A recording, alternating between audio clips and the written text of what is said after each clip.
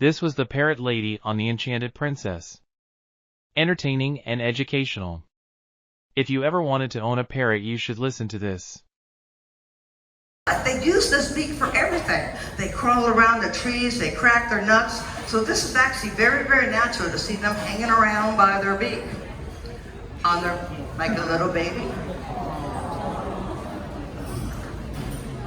Now, I've never seen one in the wild hanging out on their back, but my personal birds, when they play and they feel comfortable, they literally get on the ground and put toys on their belly and play with the toys on their belly, or play with another bird and roll around like little puppy dogs. So this again is a very natural behavior. What I'm going to do next is all about trust. Are you ready? Okay, here we go. 1, 2. Woo! Even goes woo. 1, 2, you ready? Woo! One more. Swing him by his tail. But Oscar's favorite thing to do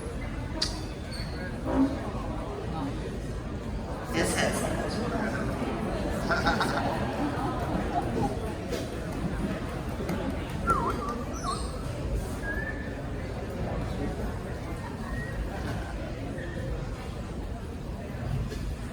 What a good boy. And that's Oscar.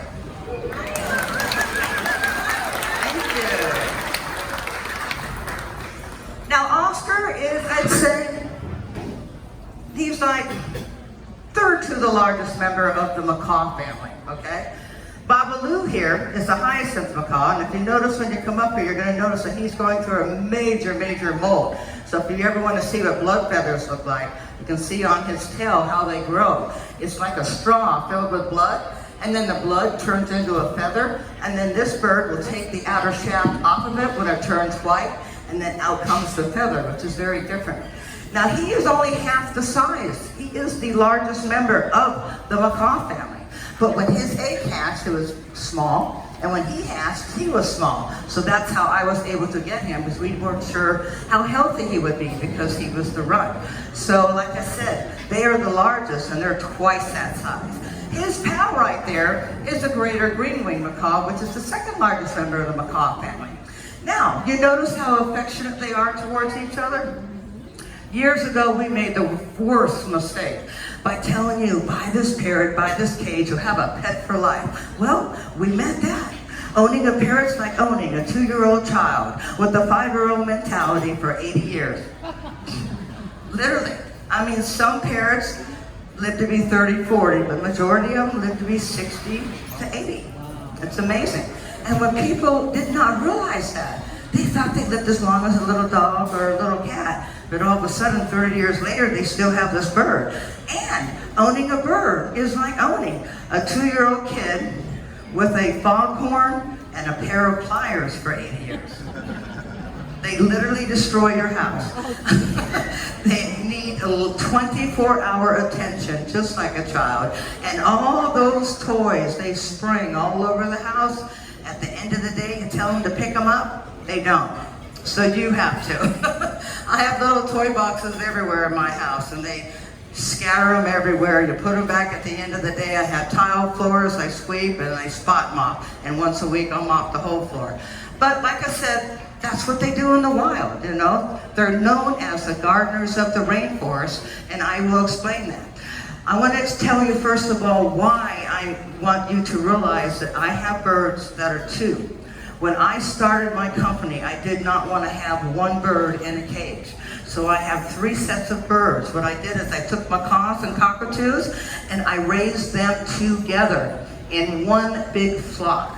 So they live together their whole entire life in beautiful outdoor aviaries, but they all go to work every day. Because we do presentations on the beaches here and then in all the princess ships.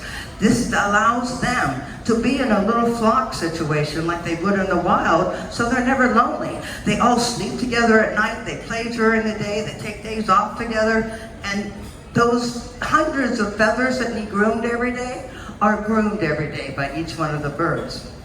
Does anybody have any questions at this point? Yes.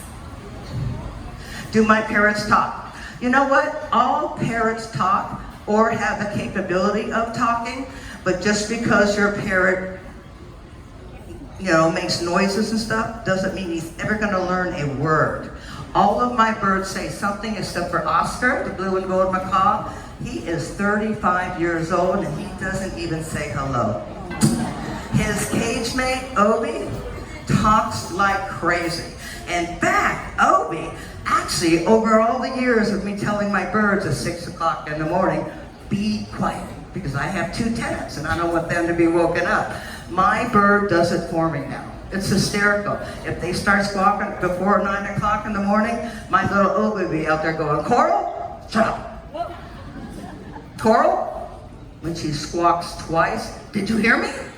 And then the third time it's, ooh, you're in trouble. And that means I have to get out of bed and go out there and go, okay, children. I hope you enjoyed this video. If so, please subscribe and like this. If you have any comments, please let me know.